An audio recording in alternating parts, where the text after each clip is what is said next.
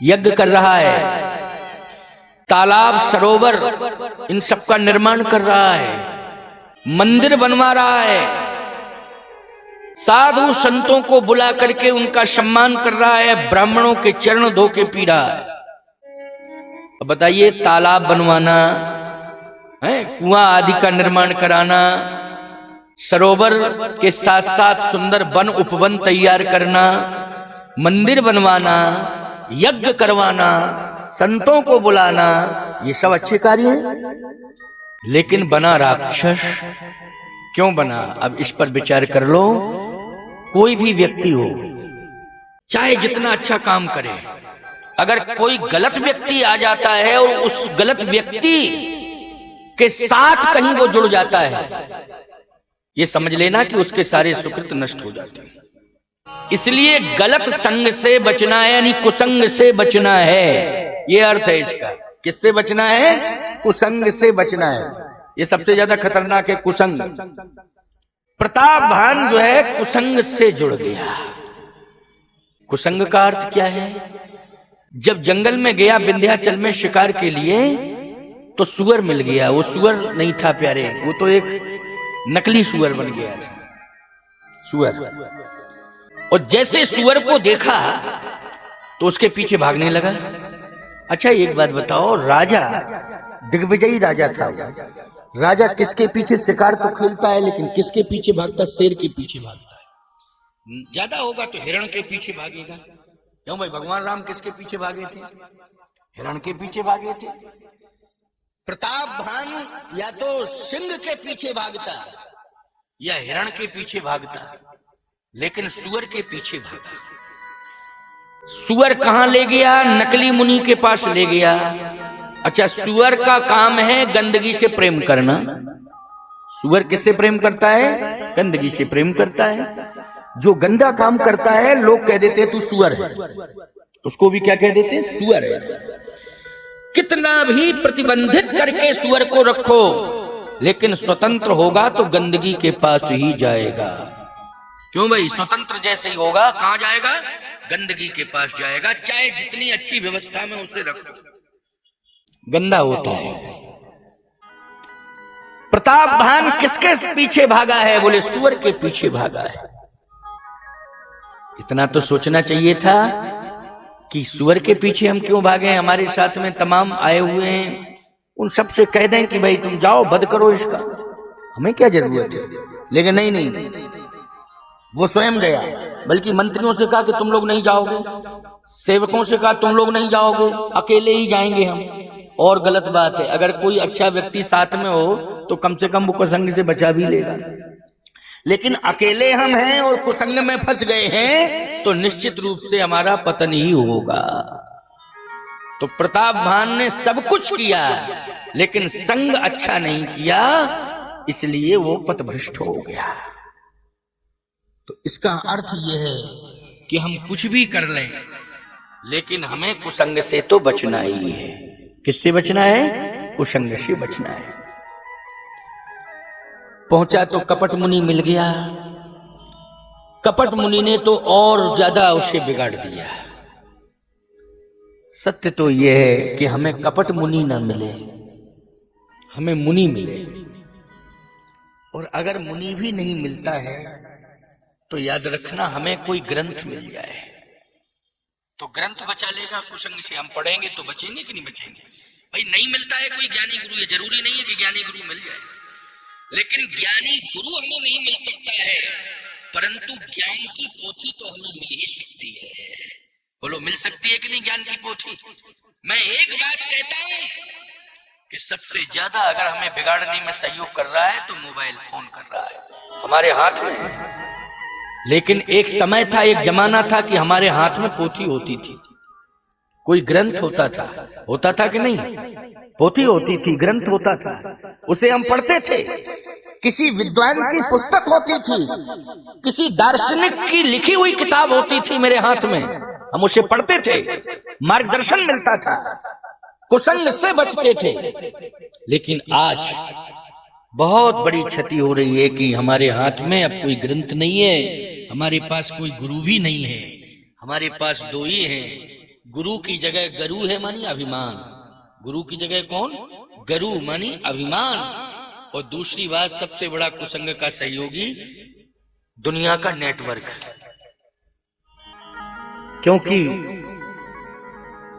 हम इसमें अच्छाइयों को नहीं खोज पा रहे हैं। कुछ ही लोग हैं, मोबाइल तो मेरे पास भी है,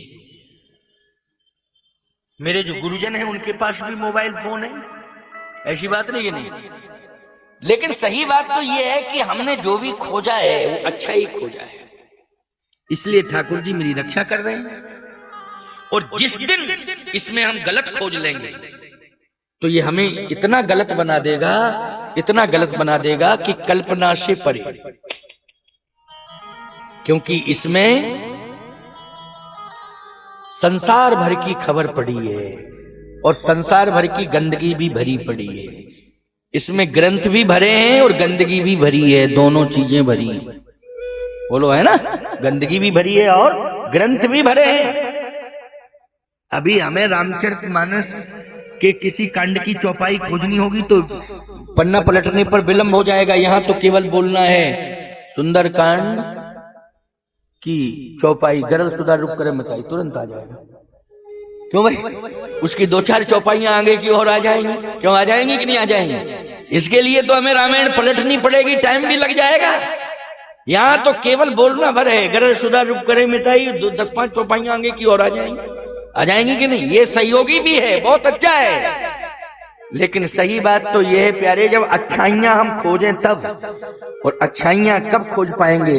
जब हम संग अच्छा करेंगे तो हमें ये भी अच्छा लगेगा, इसमें भी अच्छाइयां होंगी। और यदि हम कुसंग का कोई भी एक व्यक्ति भी हमारे साथ जुड़ जाएगा तो निश्चित रूप से हमारे जीवन को पतन की ओर ले जाएगा।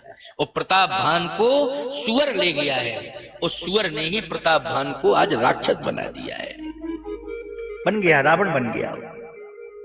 प्रताप भान बना, अगले जन्म में क्या बना है? रावण बना है। हमारे यहाँ देव संस्कृति और दैत्य संस्कृति, असुर ज्येष्ठा, आसुरी प्रवृत्तियां और दैवी प्रवृत्तियां। अब असुर जो होते हैं वो एकत्रित हो जाते हैं, इकट्ठे हो जाते हैं, कौन? असुर। और देवता जो है बिखर जाते हैं, अंतर इतना ही है। इसलिए असुर हावी जब होते हैं तो देवता भी परेशान हो जाते हैं। और फिर वो देवता जय जय सुरनायक जन सुखदायक प्रणत पाल भगवंता, जबकि 33 करोड़ है, 33 कोट देवता है, लेकिन असंगठित होने के कारण राक्षसों से परेशान होते हैं, भागते फिरते हैं। फिर कहते हैं ओम जय जगदीश हरे, स्वामी जय जगदीश हरे। देवजनों के संकट क्षण में दूर करे, संत जनों के संकट क्षण में दूर करे, भक्त जनों के संकट क्षण में दूर करे। ओम जय जगदीश हरे। जगन्नाथपुरी भागते हैं, जगन्नाथ स्वामी की आरती करते हैं, ओम जय जगदीश हरे। संत जनों के संकट, देव जनों के संकट क्षण में दूर करे, आप ही दूर करो। दैत्यों ने कभी भी प्रार्थना नहीं की है, क्योंकि वो कहते हैं हम में ताकत है, हम एक हैं, एक हैं। लेकिन अभिमान गोविंदय भावत नहीं, गुमान गोविंदय भावत नहीं। भगवान कहते अभिमानियों हम अकेले ही पर्याप्त हैं तुम्हारे लिए, अकेले ही हम पर्याप्त हैं। इसलिए प्रताप भान बन गया राक्षस रावण एक कल्प में। दूसरे कल्प की कथा में वर्णन आता है कि महाराज मनु और शत्रुपा को जो वचन दिया है उस वचन में भगवान बन गए। जब आए भगवान नैमिषारण्य में तो नील सरोरुह नीलमणि नील नीरधर श्याम लाजय तन शोभा निरख कोटि कोटि शतकाम। जैसे भगवान प्रकट हुए तो भगवान ने कहा मांगो, जो मांगोगे सो मिलेगा। आपको क्या चाहिए?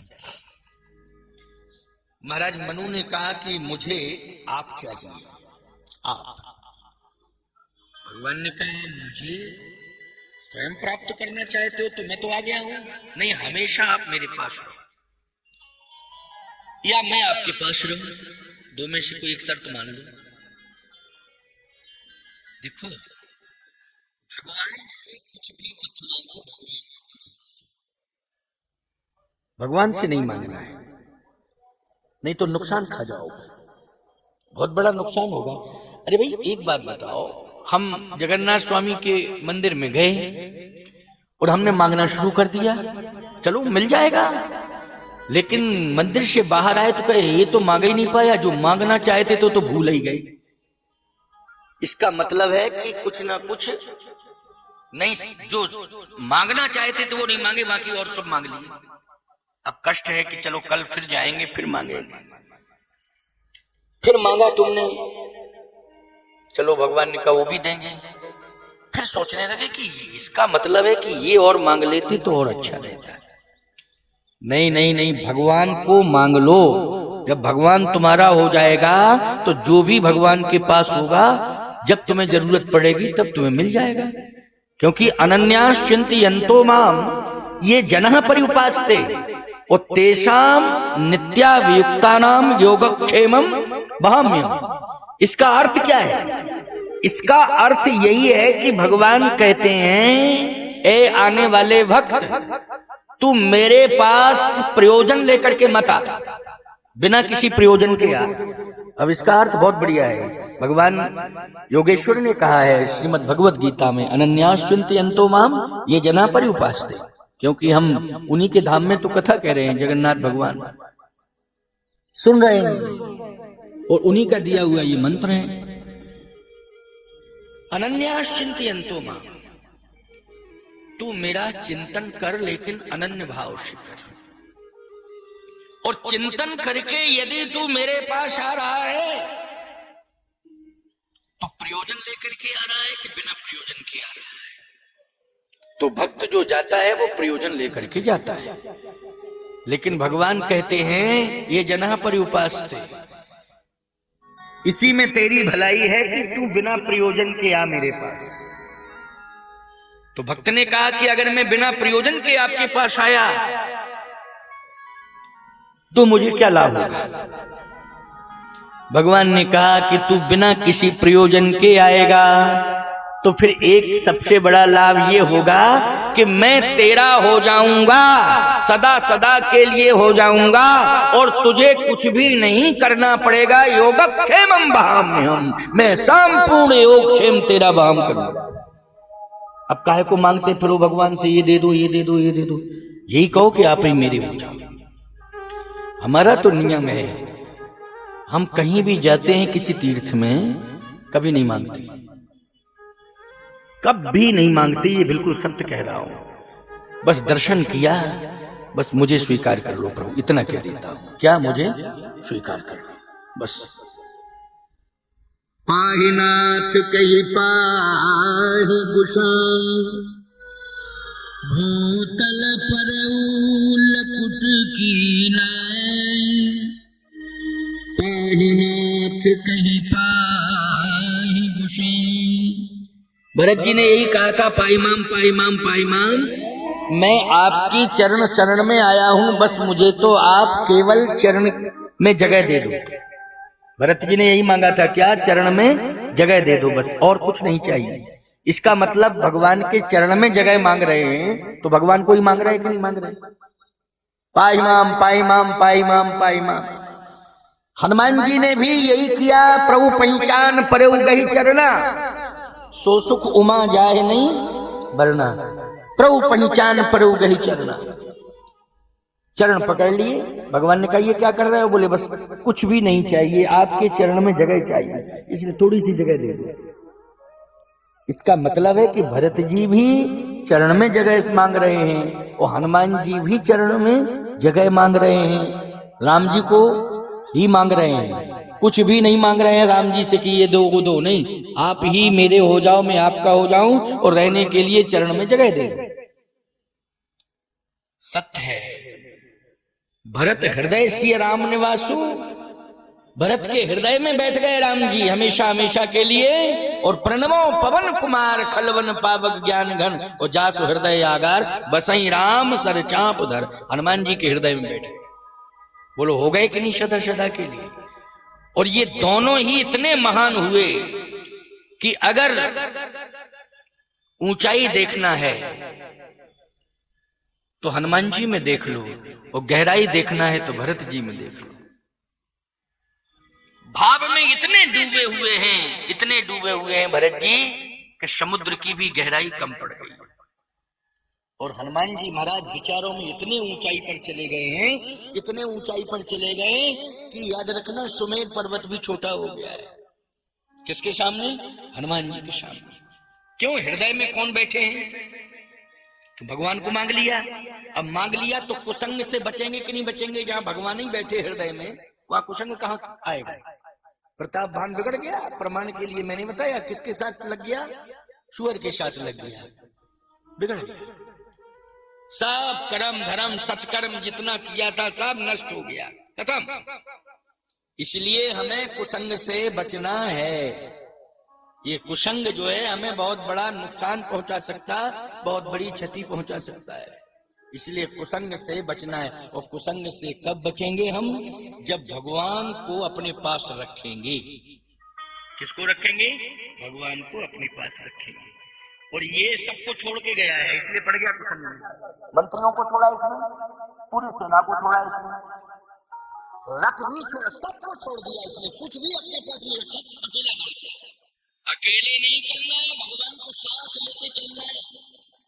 भगवान को अगर हम साथ लेके चलेंगे तो हम कुसंग से बचेंगे। यही उपाय है, और कोई उपाय नहीं। इसलिए हमें संकेत मिला कि भरत जी ने भगवान को हृदय में रखा, हनुमान जी ने भगवान को हृदय में रखा।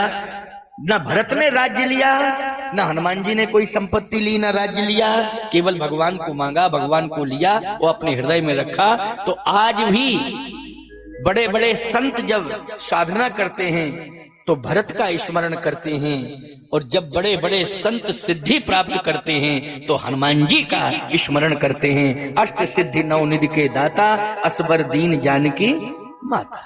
दो ही हैं ऐसे, भरत और हनुमान। सत्यकेत ने कहा कि हमारा तो सब कुछ चौपट हो गया,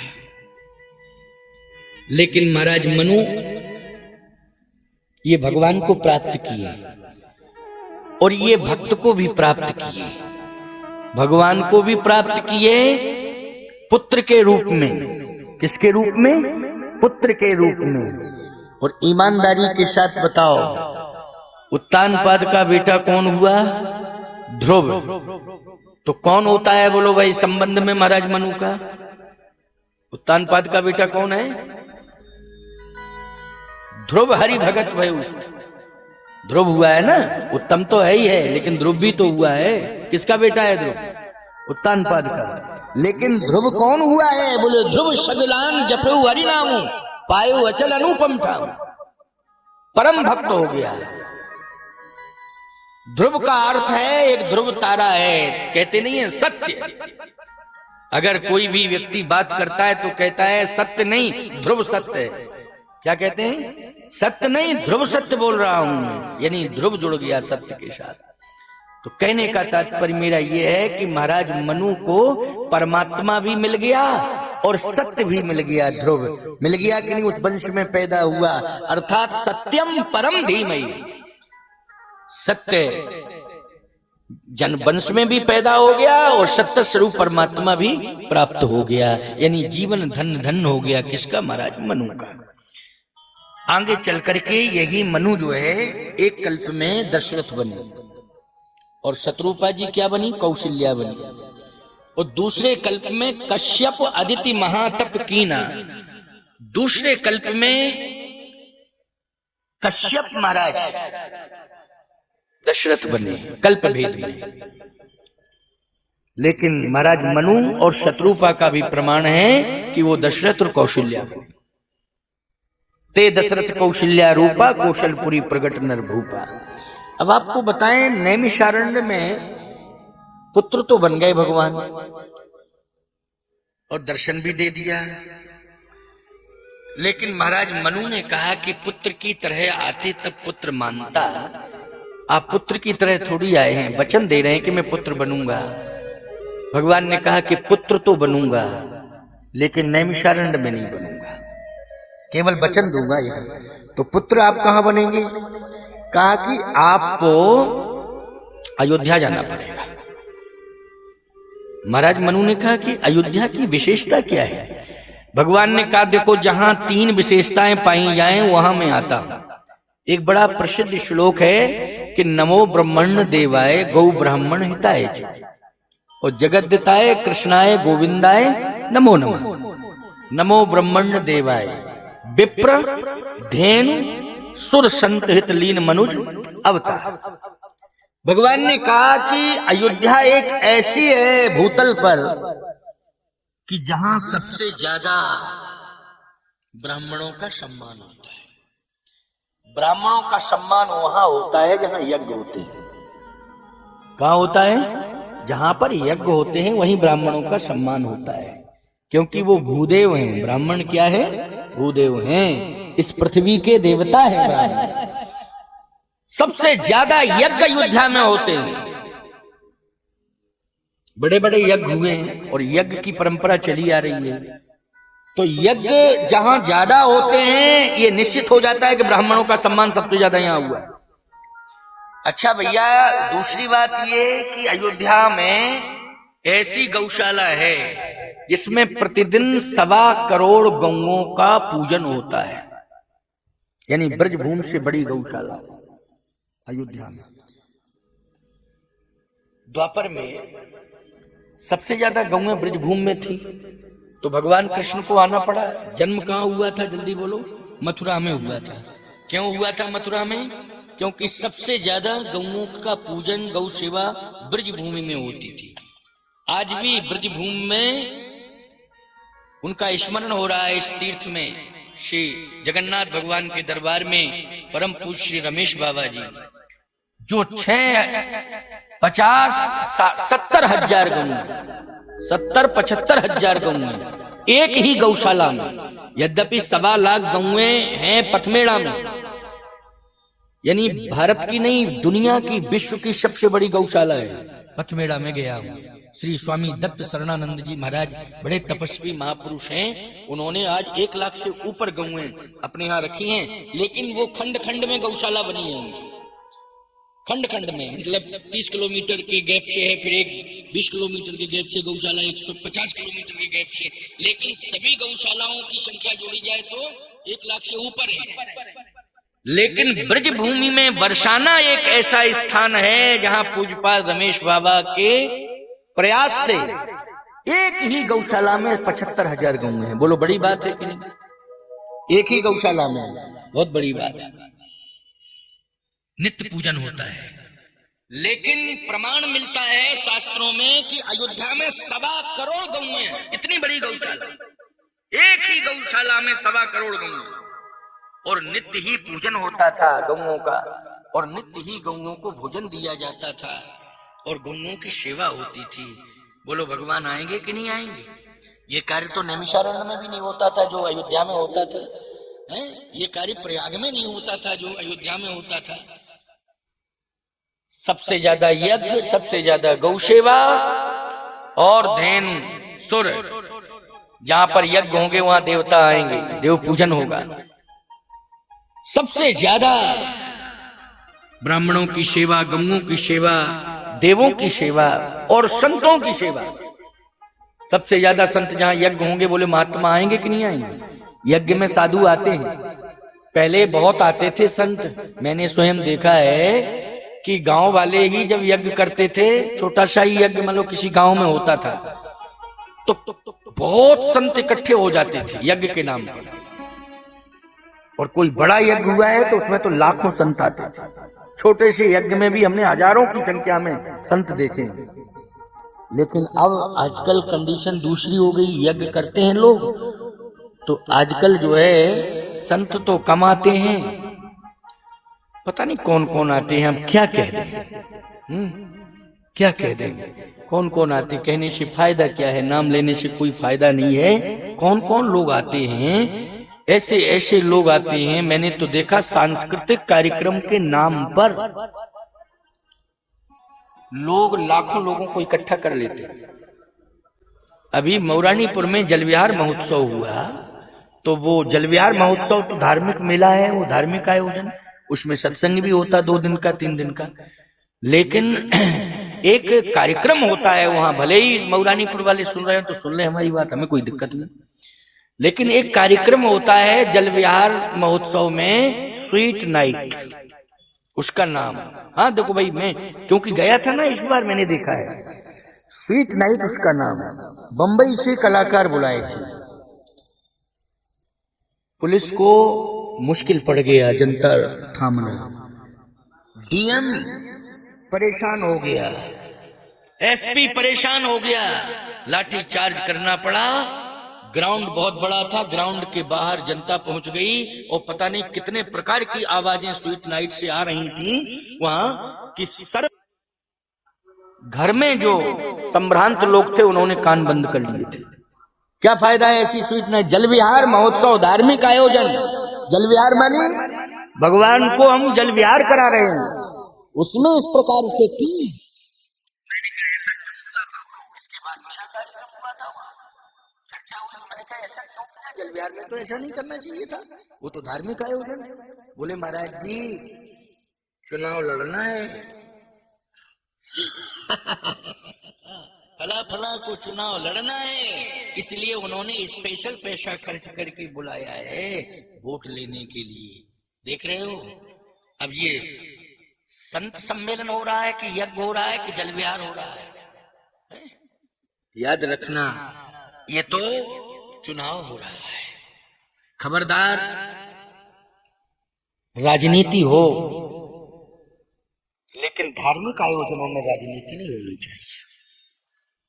पवित्रता पर विचार किया जाए, ध्यान रखा जाए। कोई भी यज्ञ हो, चाहे धार्मिक मेला हो और चाहे वो धार्मिक आयोजन हो, उसमें किसी भी प्रकार का ऐसा नर नाट्य नहीं होना चाहिए कि जिसमें धर्म तार तार हो जाए, धर्म की मर्यादा तार तार हो जाए।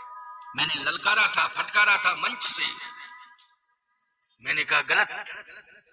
मुझे अगर पता होता कि संत सम्मेलन के पहले एक दिन पहले इस प्रकार का कार्यक्रम हुआ तो मैं नहीं आता। मैंने मंच से कहा था मैं नहीं आता, लेकिन क्या किया जाए, बुलाया और लाखों रुपया दिए गए, ऐसे थोड़ी हुआ। मैं कहना ये चाहता हूं कि यज्ञ हो तो यज्ञ में देव पूजन, विप्र पूजन, गौ पूजन और गुरु पूजन, संत पूजन, यही होना चाहिए।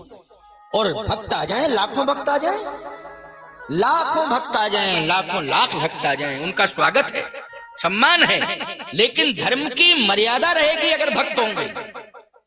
और भक्त नहीं होंगे, केवल मात्र अपने स्वार्थ सिद्धि के लिए एक कोई पद हथियाने के चक्कर में इस प्रकार से नरनाट्य करेंगे तो धर्म की मर्यादा तार तार हो जाएगी। मैं कहता हूं कि वही यज्ञ हमारा मित्र नहीं शत्रु बन जाएगा, विनाश कर देगा।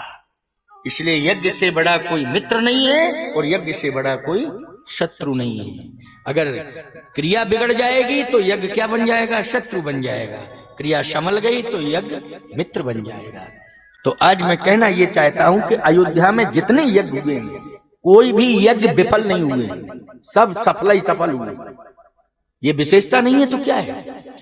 गौशाला में 1.25 करोड़ गौएं हैं, लेकिन कोई गाय बीमार तक नहीं हो रही है। सोचिए जरा। वैसे गौशाला में गौएं बीमार हो जाती हैं, वाल्मीकि रामायण में वर्णन आया है इसका, ऐसा नहीं है। सभी गायें स्वस्थ हैं। इसका मतलब है कि गायें स्वस्थ हैं तो सुखी हैं। अयोध्या में कोई बीमारी प्रवेश नहीं कर रही है। बोलो कितना स्वच्छ और स्वस्थ नगर है कि नहीं? जब बीमारी प्रवेश नहीं कर रही तो कितना स्वच्छ और स्वस्थ नगर है, सोचिए जरा। और बीमारी कब आती है? मनुष्य की गलतियों से बीमारी आती है, पशुओं की गलती से नहीं आती है। किसकी गलती से आती है? मनुष्यों की गलती के कारण बीमारी आती है। ये कोरोना महामारी जो आई थी, इसमें भी मानव त्रुटि है प्यारे। बोलो है कि नहीं? मनुष्य की भूल के कारण खतरनाक बीमारी आई थी। लेकिन धन्य है, यज्ञ का इतना बड़ा प्रभाव है, सुसंग का इतना बड़ा प्रभाव है और गौ सेवा का इतना बड़ा प्रभाव है, संतों के दर्शन और उनके प्रवचन का इतना बड़ा प्रभाव है कि कोई भी बीमारी अयोध्या के अंदर नहीं आ रही। ये अब भगवान क्यों नहीं आएंगे? बोलो भगवान ऐसी ही जगह चुनते हैं